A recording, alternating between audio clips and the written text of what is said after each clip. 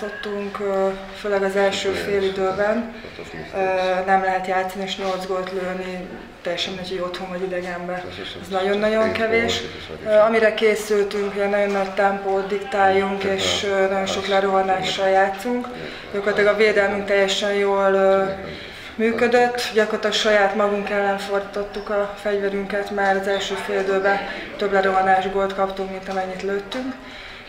Második fél időben igazából próbáltunk mindig felzárkózni, illetve fordítani, de hát nagyon buta hibákat követtünk el. Úgyhogy nyilván győzni jöttünk, ez most nem sikerült, úgyhogy itt azt gondolom, hogy Kisvárdán, mivel ahogy a hetek telnek, sok új játékosnak a beépítése nyilván egyre folyamatosabb lesz, úgyhogy biztos vagyok benne, hogy itt akik jönnek Kisvárdára, nem lesz könnyű nekik nyerni, hát sajnos nekünk ez most nem sikerült, sokba fog kerülni.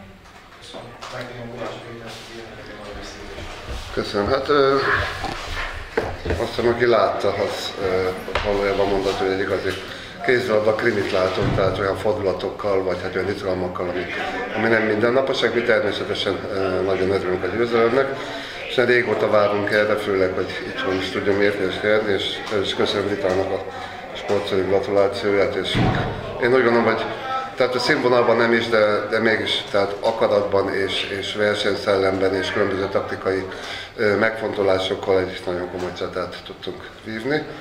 És engedjék meg, hogy most a csapatunk nevében sok sikert kívánjunk nektek az Európa Kupa mérkőzésre Romániában.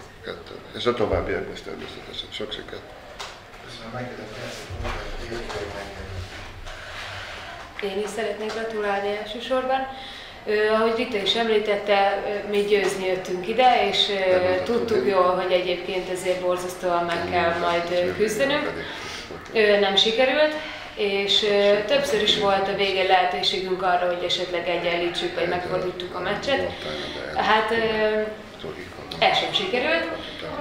Ennyi zicsert nem szabad kihagynunk, ebben mindenképp fejlődnünk kell, és a támadójátékban, mert sokszor talán elkapkodtuk a támadójátékunkat, és pontatlanul lőttünk, és ezt a Kisvárda mindig kihasználta, és a hibáinkból élt.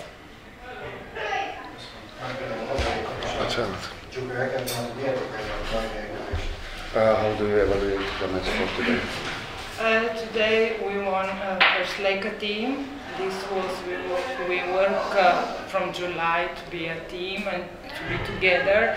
So today was the game that we just everybody go and we wanted to win this game. So just a second. Yeah. Szóval igazából július 5 ezen dolgozunk, hogy egy csapat legyünk, hogy építsünk egy csapatot.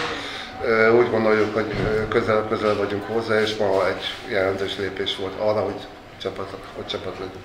I think both teams make mistakes. Úgy van, mind a két csapat hibákat követett el.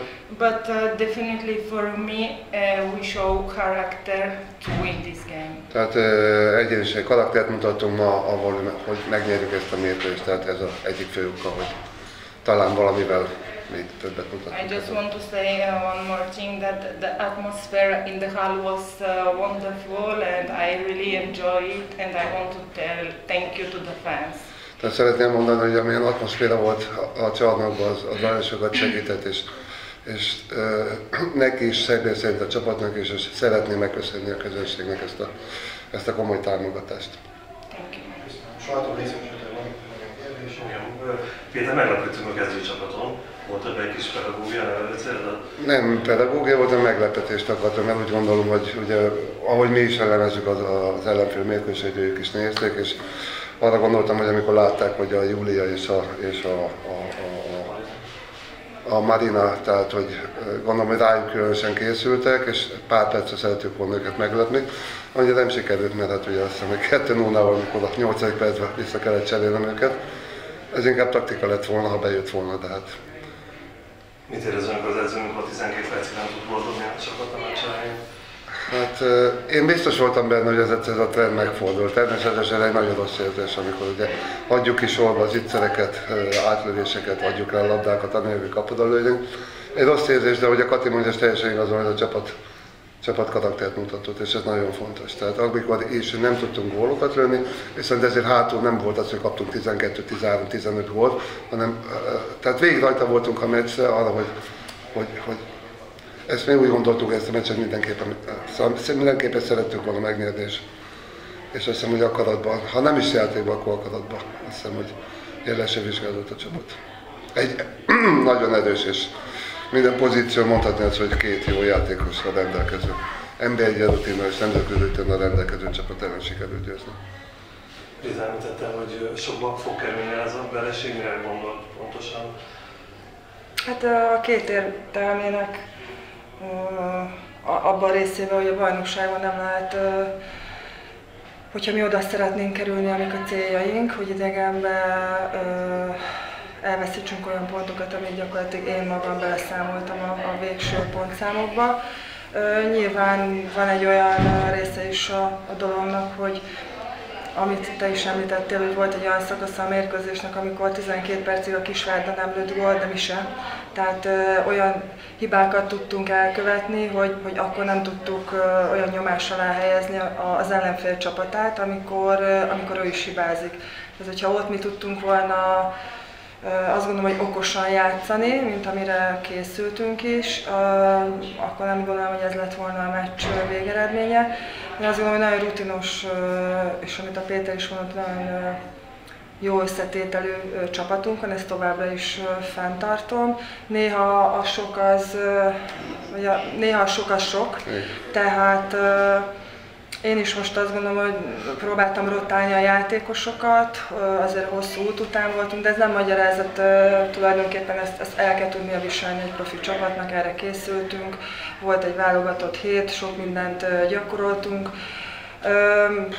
Azt gondolom, hogy elhagyjuk Fehérvár táblát, és nem szeretnénk abba a hibába esni, hogy onnantól kezdve a hazai környezetből kimozdulunk, és nem tudjuk azt a fajta nyomást gyakorolni az ellenfélre, amit mi szeretnénk, amit otthon tudunk.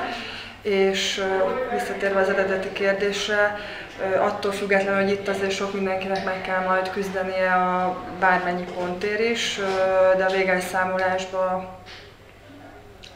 ez hiányozni fog. Do you know it was your best game in Kisvárda? Yes, I think yes. We work a lot with our coach. Just till now. Yeah? Yes. Eddig ez volt a legjobb, ez még emelkedni fog. Ezt én is tanúsíthatom. Felvételek akarok nyomni. Köszönöm szépen.